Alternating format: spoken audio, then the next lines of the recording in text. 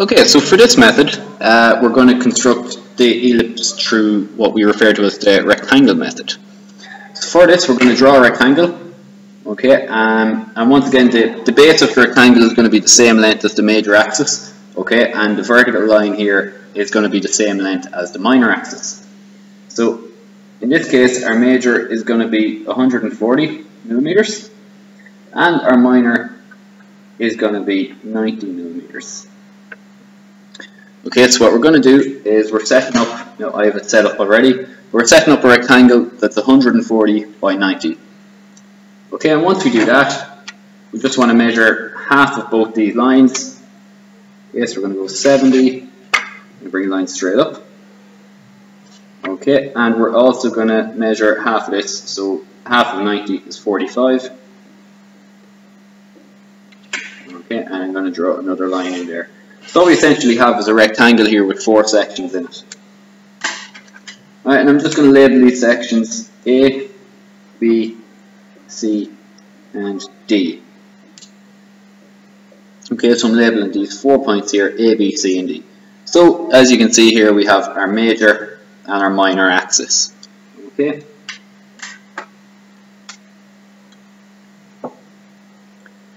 First thing we're going to do with this, okay, so I'm going to start with this rectangle up here, this top right rectangle. What I'm going to do is I'm going to divide up this side into 3 equal parts. Okay, so we want to divide the line into 3 equal parts. What we're going to do is we're just going to, from point B here, draw a random line out at any angle. Okay, any angle and any length. Okay, we're going to fetch our compass. And again, we're going to open it to any distance at all. I generally recommend my students to open it to the width of your finger. So, like so. Alright.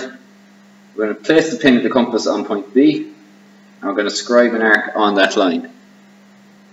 What we're going to do now is, without changing the width of the compass, so we're going to leave it the same width.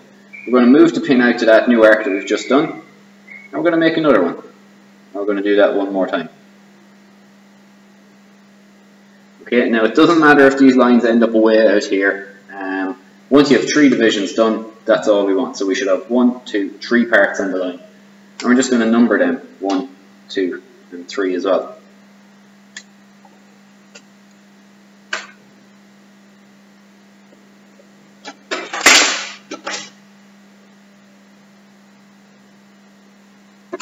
Okay, what we're going to do now is we're going to use our sliding set squares. I'm going to move my T-square out of the way here for a minute. Okay, we're going to set up our sliding set squares, and I'm going to set them up from point 3 here to the top corner. Okay, so I'm joining up 3 to the top corner. And once I've that line drawn, I'm going to put my other ruler, so whichever one you didn't draw the line with, I'm going to press up against the bottom of the first one. So in this case, I've used my 60-30 degree set square to connect line 3 or point 3 to the top of the rectangle. Okay, so I'm going to put my 45 degree set square up tight to the bottom of my 60 degree one. I'm going to hold the 45 degree set square nice and tight. And what I'm just going to do is, that means that I can move my top set square now and keep it parallel to this first line. I'm going to bring line 2 back to the rectangle and line 1 back to the rectangle. And what we end up with is 3 parallel lines. Okay. The next step is we're just going to join all these points back to A. So from where they cross the vertical line of the rectangle, we're going to join them back up to point A.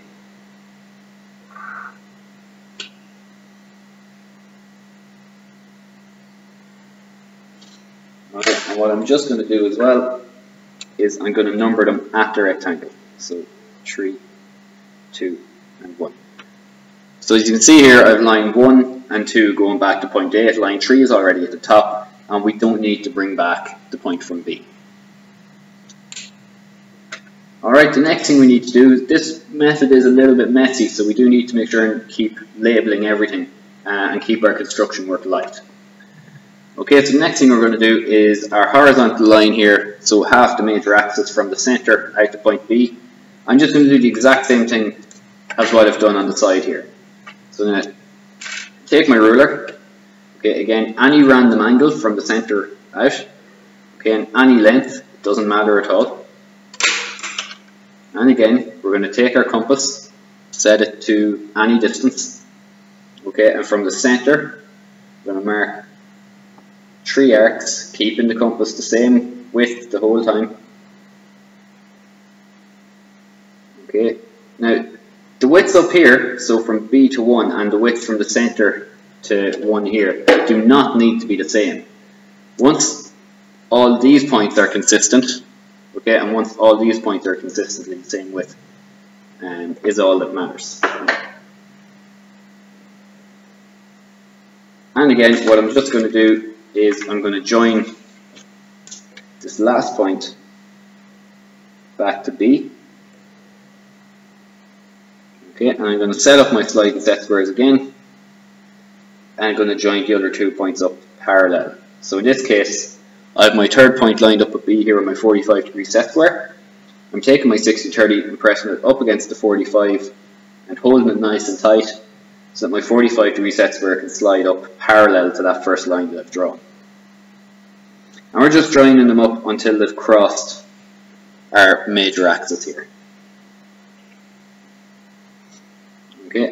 Okay, and once we've done that, we're now going to take our ruler. We're going to line up our ruler with point C, so we're working with the very bottom point on the ellipse now. Okay, and I'm going to line it up from point C through this first point here where it crosses the major axis. Okay, so from C through that point, and I'm just going to project a line up until it crosses line 2. Okay, so this is going to be one of the points on the curve of my ellipse. I'm just going to do the exact same with this point.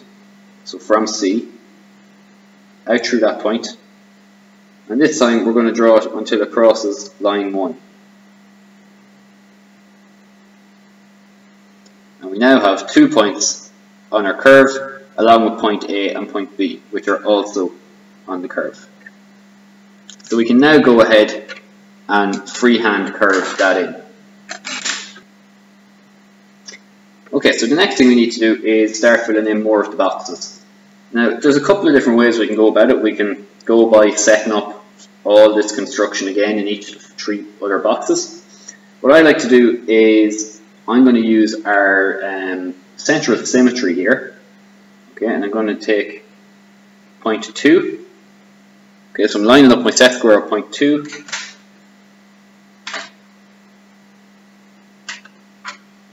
Right, I'm lining up my set square at point 2 and through the center. And I'm just going to draw a straight line through. Okay, and I'm going to do the exact same thing with point 1. So line up my set square at point 1 and through the center. I'm just going to bring it straight through. Remember, this is all construction work. Okay, what I'm also going to do now, once I have them 2 lines brought through, is I'm going to get my compass. I'm going to place it in the center here. I'm going to open it up to the distance to point 2. Right, now all I'm doing is I'm going to swing that compass around and put an arc on our line of symmetry there that ties in with point 2. And again, I'm just going to do the exact same thing with point 1. Right, so it's important that we go back to the start and reset the compass to the distance of point 1 because they are different measurements. And again, just going to swing the compass around and put a mark there on line 1. Okay, and once we've that done, again, that is our 2 points on the ellipse.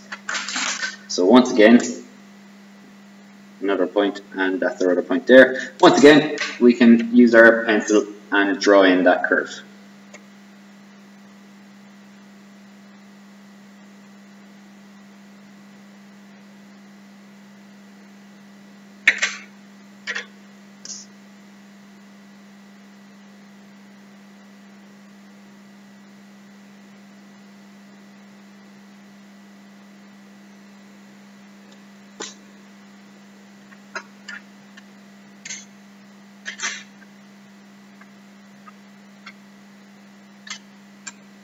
Okay, so now we have half of our ellipse drawn.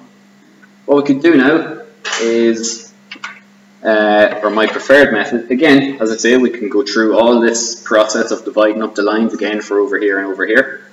Another method we could do is we could transfer, say, points 1, 2 and 3 here straight across, okay, until they hit the edge.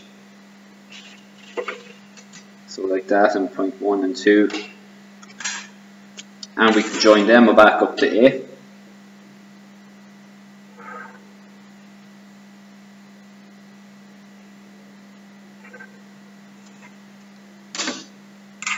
Alright, and then once again we can use our compass, and from point A we can set it to the distance of 2, and swing an arc around,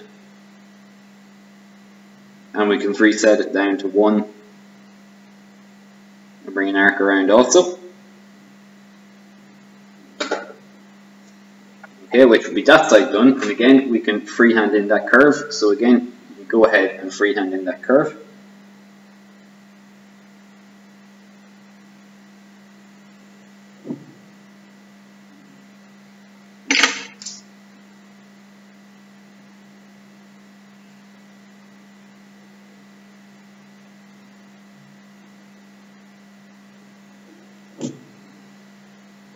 Again, the one last method that we could do is taking a leaf out of our orthographic projection. So to give you an example of that, we could bring our points 1 and 2 here from our top right hand box. We could bring them straight down, okay, straight down to the bottom of our rectangle. Okay, and then we could bring them from our bottom left box across horizontally. Okay, and once again, there are our 2 points. And we can just freehand in that last quarter. So again, we've looked at 2 or 3 different ways of finding our different boxes there, and you can apply whichever one you prefer yourself to this method whenever you'd be drawing it. Again, I'm just going to finish up this.